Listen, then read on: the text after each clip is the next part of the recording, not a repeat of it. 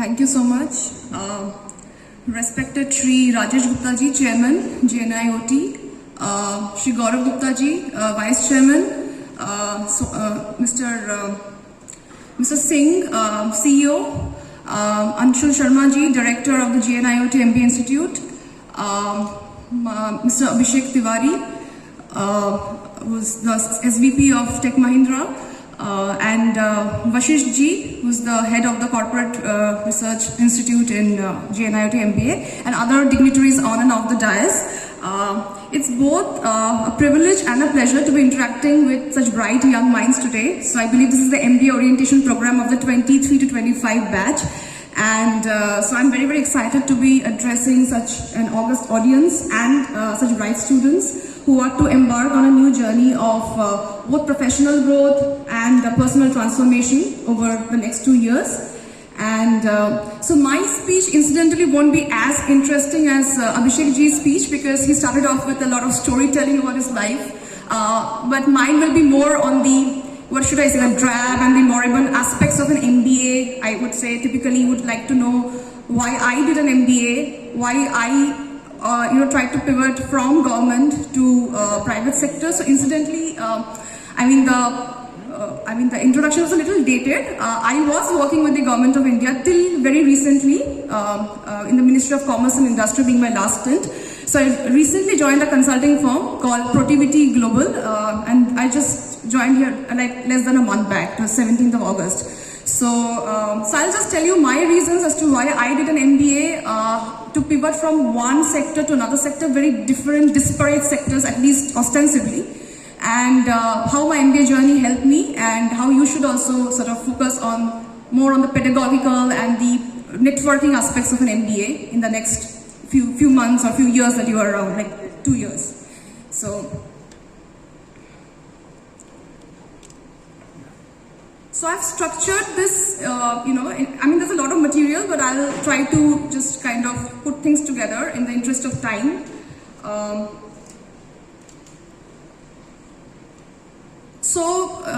Like I've said, the reason why I found this MBA, this institute's invite, the GNIOT MBA invite, a little intriguing is because they mentioned that they are focusing on a course on sustainability. And I don't know if it's recently introduced or it was there for some time, because these days, corporates have a lot of focus on sustainability, circular models, building business models which are circular by design, the idea of 3 R's, or reduce, reuse, recycle.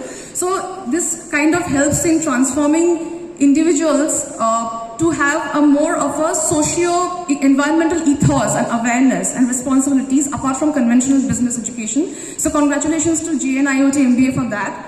And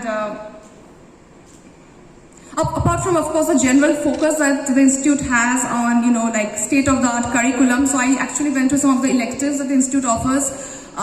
The experiential learning, I believe you'll have like case-based study, methodology, and a lot of industry visits which would expose you to real-world problems. So I think it's going to be a very interesting journey for the next 2 years for you.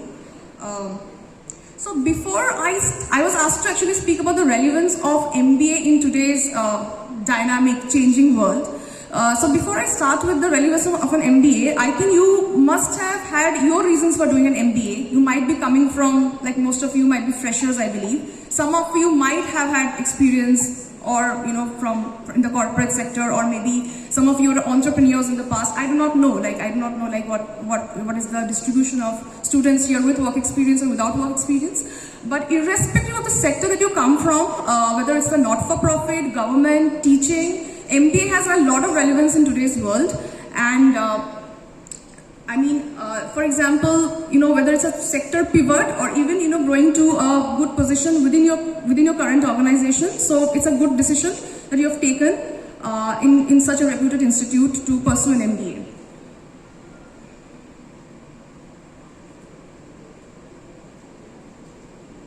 So I guess in most of your MBA application forms, you have been asked to write on why an MBA, right? So there are typically 3 strands to writing an MBA application. That is why MBA, why you and why us. Basically, why you have chosen the institute, why the institute will be choosing you, and why, you know, the MBA. So, I mean, this is again a little pedagogical, but I think you'll start off with, you know, like I came from the public sector, so when I had to tell my seniors in the government as to why being in the civil services, I want to pursue an MBA, when I could have easily picked a degree like an MPPB, Masters in Public Policy or Masters in Public Administration. So I told them that, you know, like even public policies are having this, you know, cost-benefit matrix these days. So the focus of most public policies is shifting to matrix like return on investment and cost efficiencies. So an MBA would definitely be a point of arrival in some way or the other, whether you want to continue in a career within the civil services or move out of the civil services, either way. And of course, from, you know, I mean, you would engage with experts and, you know, across the corporate sector, and, you know, like you'd share the business practices with them, the best business practices that they have been following in their organizations, getting to know people, form meaningful relationships with them, you know, getting to engage in industry projects to have you know, 360-degree exposure of real-world business problems, trying to work at the intersection of public policy and businesses. So it's going to be quite an interesting thing. Of course, letting alone building skills, you know, in interdisciplinary subjects in finance, IT, marketing, operations, and the like. So, so definitely, I had my own reasons for picking up an MBA after 12 years in the government, where I was already in a leadership position. And MBA also helped me, you know, interact with the best of the minds at my business school, which is ISB, and subsequently transfer out into another firm, you know, consulting firm at a leadership position, at a reasonably, you know, good position. So it's important.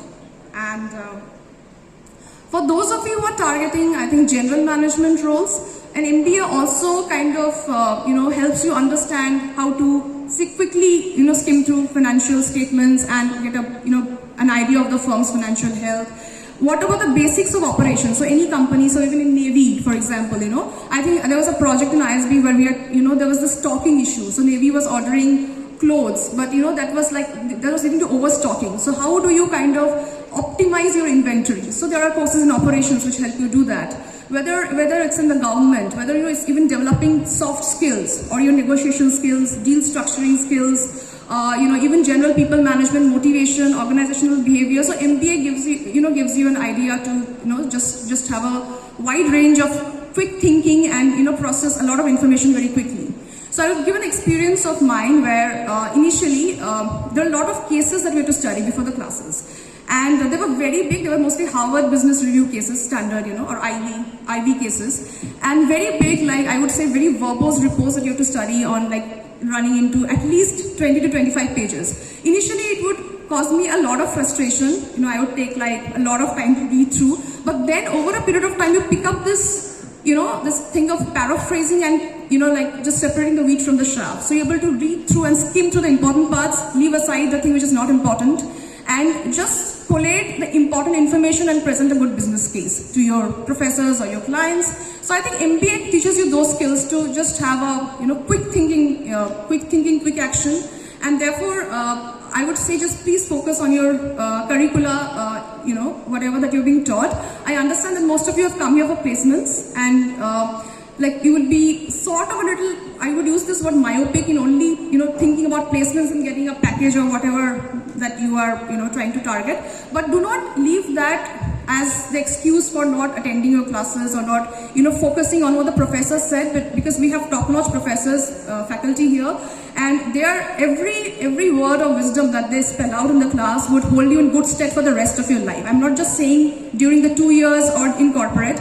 So I used to literally, I mean, that was me, but I'm not saying everyone has to be like that, but I used to literally write down everything that the professor said.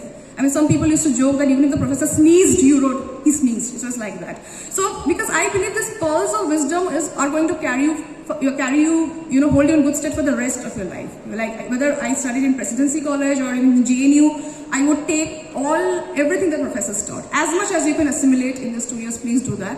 So I'm sorry, sounding a little preachy, sorry about that, but these are my takeaways. Please pay attention to faculty.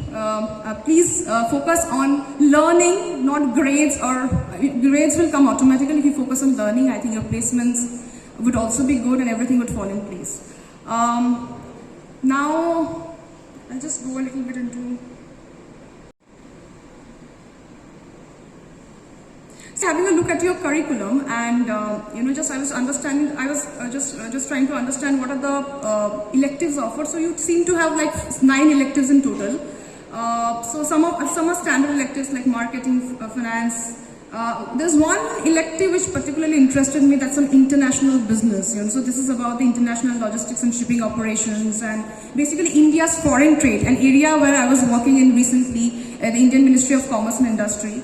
So this is interesting because it is, it is kind of a new kind of an elective which is trying to enable the micro foundations of the foreign trade policy of the Indian government. So large part of what you study in MBA would also align with what the national strategies of the government are and how the businesses are adapting to that. For example, I believe you'll have courses in artificial intelligence, machine learning, business analytics. So there is this AI strategy for India, which has been recently developed by NITI Aayog in 2018, the national blockchain strategy, and how the companies are adapting to these changes, how they are implementing generative AI in their day-to-day usage. There's this Data Privacy Act which has come up, which is the bill stage 2022. So the companies have to navigate the trade-off between driving business growth on one hand and also meeting the mandate of the data privacy policy. So I feel that there's a lot that you can trying to not like just study a subject in silos, but also try to marry that with the policy, marry that with social objectives. So therefore I was kind of very impressed with your curriculum on sustainability because it talks a lot about social objectives. And what else? I wrote a lot of stuff. I don't know how much I'll be able to cover.